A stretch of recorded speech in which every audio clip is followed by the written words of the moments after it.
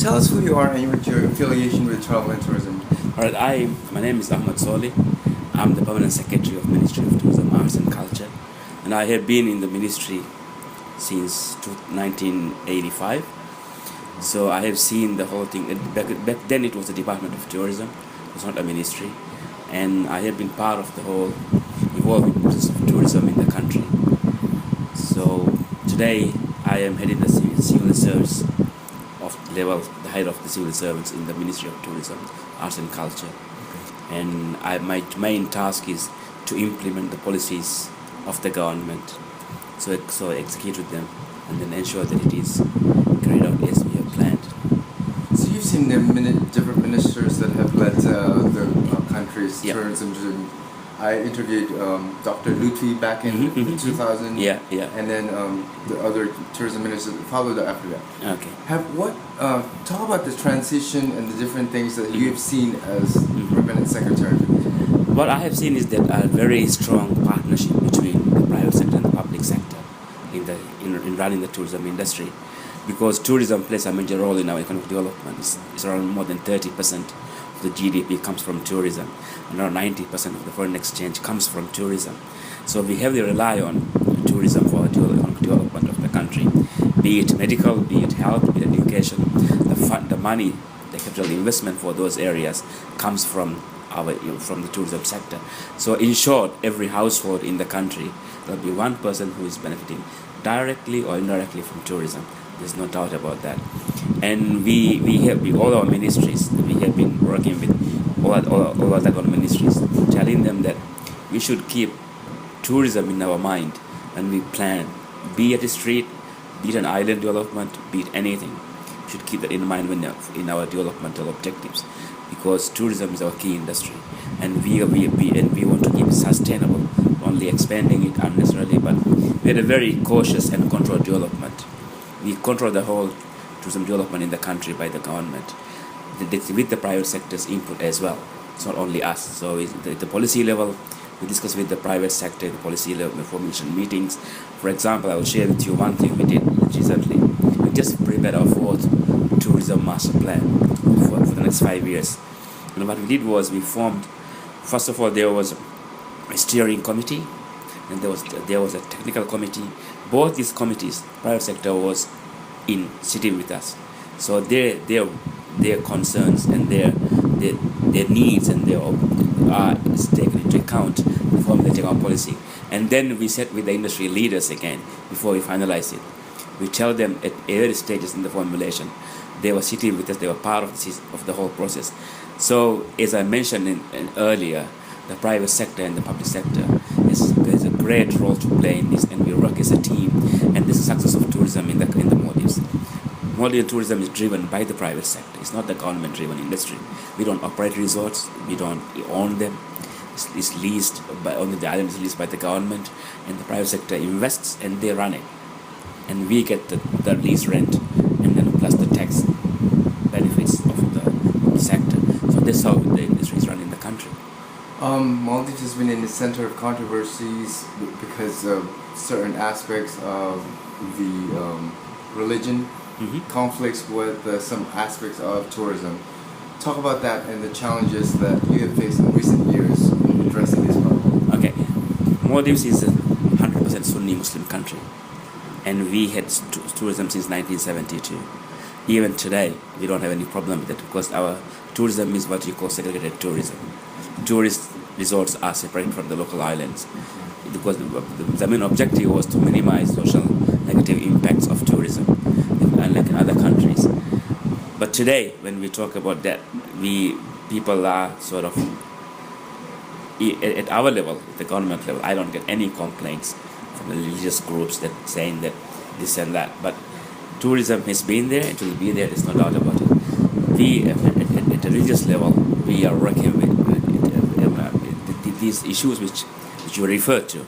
I don't know where they come from, number one, because locals are working the resorts are expanding. We just opened 2 new resorts this year, 2 new resorts, and our tourist arrivals are increasing as we have planned. And we have, for the first time in the history of tourism in the Maldives, 1 million tourists, hopefully by the end of this year. And that kind of tourism cannot happen without the support of the public. If your society or the host community doesn't accept tourism, then you can't have it. The community is part of the tourism system, and they have to welcome the tourists. Today we are opening guest houses in the country. Until very recently, we don't have guest houses in local islands. Only in Maldives we have some guest houses and hotels. But today we are opening guest houses in other islands. That means the tourists will be living with the locals, and they are welcoming, because the tourist dollar goes directly into the local community. And that is what we have been looking for. The resorts, when they are isolated, there's a double sword effect. That means the tourists are segregated, and the local staff also segregated. They also live away from their family and loved ones. Now it's the other way around. We are pushing the tourism towards the community. Before we were pulling the tourists, the locals, to the resorts. So now we are pushing it, meaning that we are developing resorts near the community. Before we had zone developments. We take a cluster of islands and develop them. Today the tourism can be developed anywhere across the country. I can operate a guest house, you can operate, anyone in Jogan can operate a guest house today. So that means we saw that at the policy level, we saw the benefits of tourism. We see that tourism is the viable industry for the Maldives. Tourism is the savior of our nation in terms of economic development. So we are benefiting from that. And those who talk about negatively about trying to mix tourism and religion, there's no need for that. And there's no correlation between tourism and religious connotations. There's no relationship between the two. I am a Muslim. I have been brought up that way, and I live this way. I lived in Australia, I lived in New Zealand for 3 years, I lived in Hong Kong for 2 years, last 2 years. I didn't give away my religion.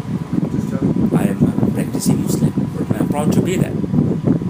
And so people talk about religion and tourism, linking, there's no linkage.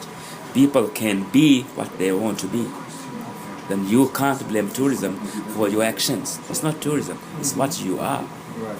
So when did that start? Because I'm fully aware that there used to be a segregation between the tourists and the local people, and there was limited interaction between the two. Yes. So now it's open. It's open now.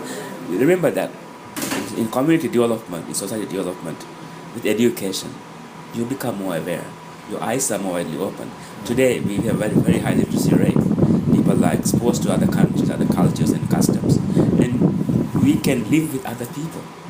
And that day has come, and we should take on board that and then adjust our development accordingly. That's great to hear. Was this part of the growing pains of being a democracy? I mean, I'm not a politician, but I'll get into that. Get into that. Democracy has to come. Right. Sooner than later. Yes, and with that you're going to pay a price too, because you are starting a new system. And today we are adopting that. And then we are having multi-party democratic system, and we are having the election as well.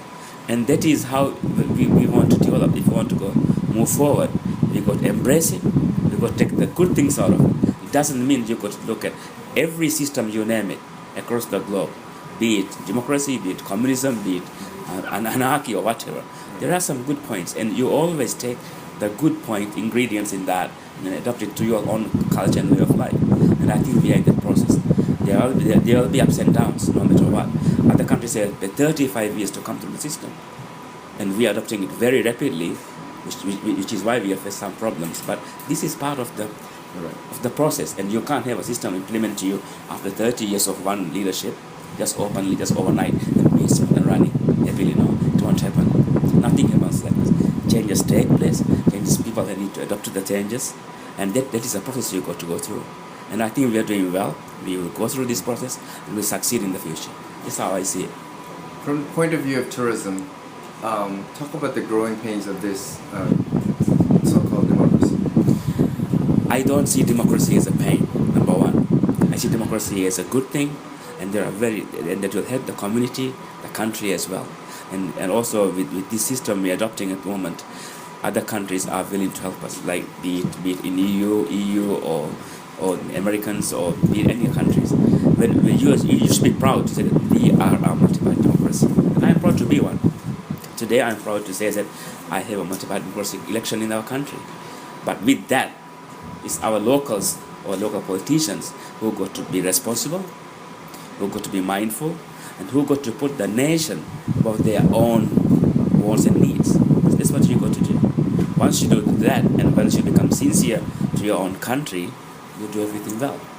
And in terms of the link between this process and the tourism, the only thing happens is some whoever it is, there are some people who say boycott tourism, is saying this we are for the Maldives. I don't think they are friends of Maldives. No. If you are a friend of our country, you will be lobbying for tourists to come. You will be encouraging people to come. Why? Because our livelihood is based on tourism. If anybody who says don't come to Maldives, there's an enemy for me. Because my livelihood depends on tourism. And my father, my mother, my grandfather, my grandson gets the economic livelihood from tourism. There's no other industry in the country. Fishing is there. It's secondary. But so if you are a good friend of Maldives, ask your colleagues, ask people to come to Maldives. That's how we get the dollars. That's how we buy the things we import. We import everything from A to Z.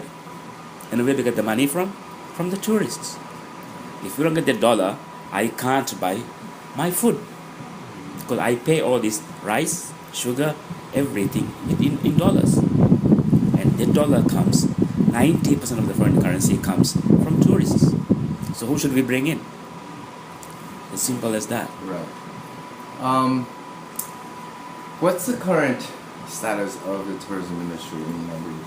Tourism industry. Yeah. It will be booming, number one. I just mentioned to you, we have faith. The international community has faith in our industry. No matter what people have been writing. Blackstone, a company of that level across the globe, will not come into a country where they don't see any future. Louis Vuitton will not open a resort in the country if they don't see any future. So these brands which you're talking about, if you look at all the brands across the globe, international brand, they are in the Maldives now. And why? Don't they do their homework? They do every risk analysis. They do every bit of political studies they have to do.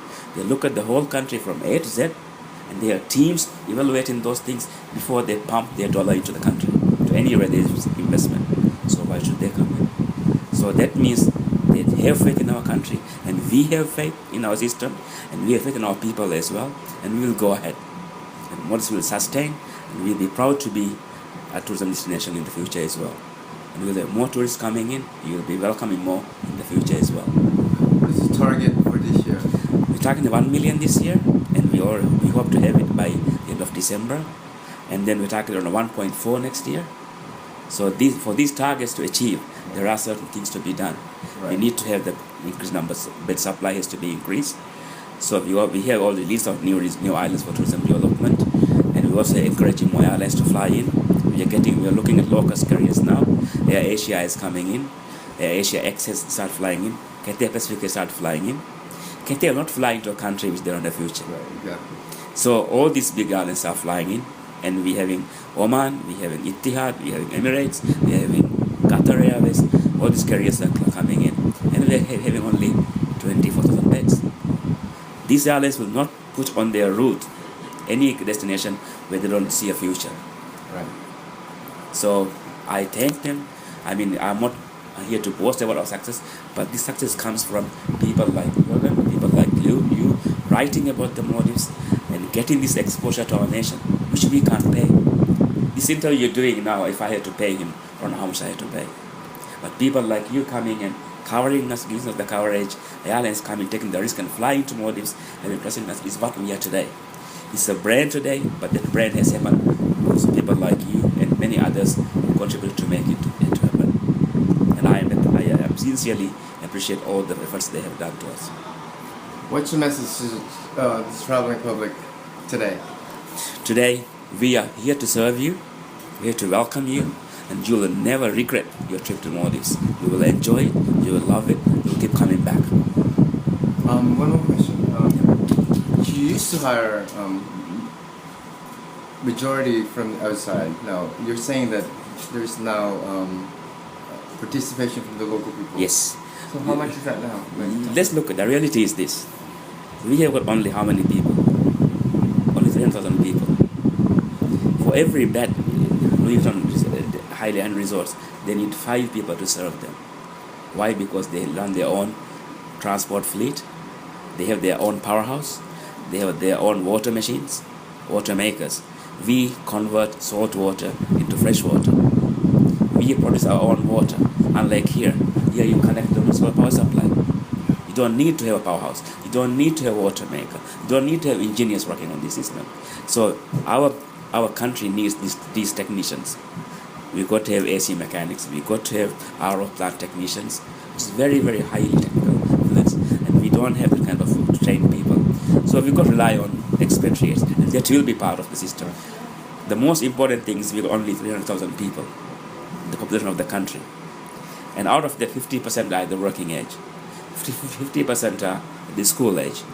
For those who have about 50%, and from that we take the civil servants, we take the police, we take the army, we take the navy, we take the agriculture, we take the construction.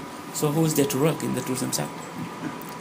So this is really, people don't get this kind of things analyzed properly. So that means expatriates will be part of our system, and we are proud to be that, because we're helping remember, these are people who are our neighbors. They're not aliens. No. So if they come and work, remember, we learn from them. It's a win-to-win situation. It's not that they come and then they'll take everything. They give us back things. They share our knowledge, and they help us to train our local people. So coming international chains into Maldives, it was a big advantage for us. We learn the way how they run the resorts, and the expertise is something which we can't pay and gain. It means they come and train our people, and then they will remain within the country forever. So expatriates will be part of the system, and it's not a problem. Yes, we want more people to work in our resorts, more locals to work in the resort, and that will happen. It will take time, because everything, when the process, some people they expect everything to happen overnight. It doesn't happen. No, it's a process. Of course. Yep. Ahmed, is there anything else you would like to add? I would like to add that we in the Maldives are here to welcome you, and then I want our industry people to put the nation ahead of anything else. And next message, my message to them is that never mix politics and economics. It's two different things. Tourism is our livelihood, and we want to keep it that way. Politics is something else. You play in the political grounds, but don't mix the two. Tourism and politicking doesn't go together, because we want them all of us to join together to give a positive vibe to the world. And let's do that. That's my message to them.